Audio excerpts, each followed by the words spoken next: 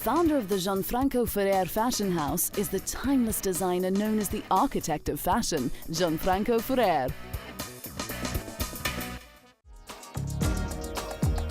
The portly, bearded and bespectacled designer was known for his sharp, tailored women's suits and furs and was big in Italian fashion standing. He wore trademark three-piece suits, a world away from the looks that were becoming popular. Born in 1944 in Legnano near Milan, Ferre graduated in architecture from Milan Polytechnic Institute in 1969.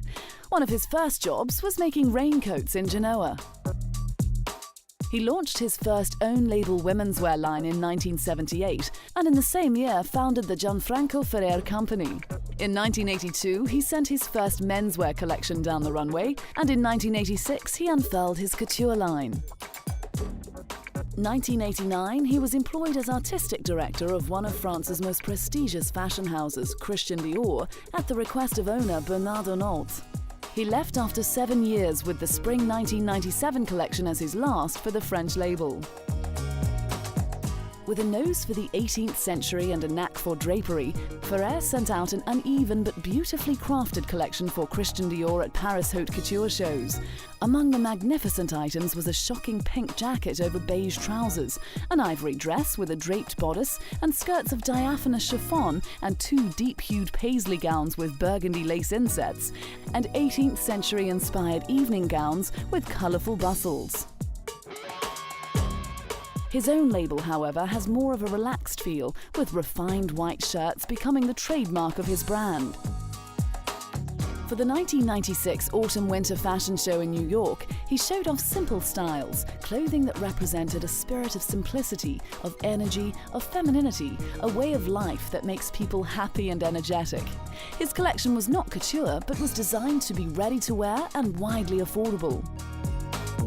Ferre had a blessed career, winning copious awards throughout the years, including the Best Italian Designer and the most prestigious award in the world of French haute couture, the Golden Thimble.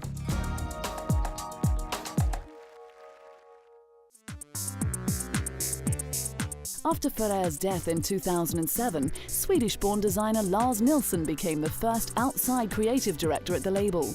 Even though he was only at the role for less than a year, he showed their first women's wear collection since the untimely death of the company's founder. The collection continued in the same vein as the late designer, with classic, sophisticated creations using a luxurious mix of fine fabrics.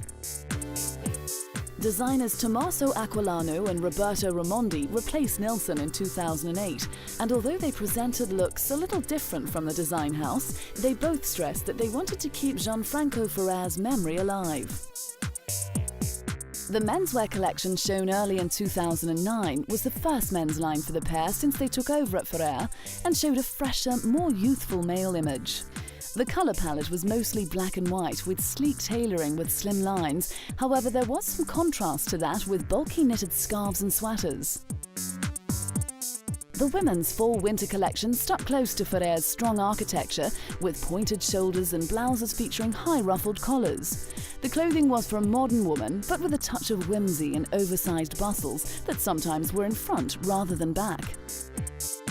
Proving Gianfranco Ferre's clothing is popular, actress Anne Hathaway appeared at the Critics' Choice Awards, not only winning Best Actress, but also winning the hearts of fashion critics in this Ferre Spring '09 cocktail black and white fold strapless gown. Having introduced us to the world of crisp white shirts with layers and ruffles, feminine, tailored and modern creations, the house of Gianfranco Ferre has continued with its simple yet elegant designs in luxurious fabrics and stunning colours, and by doing this will continue to remain timeless.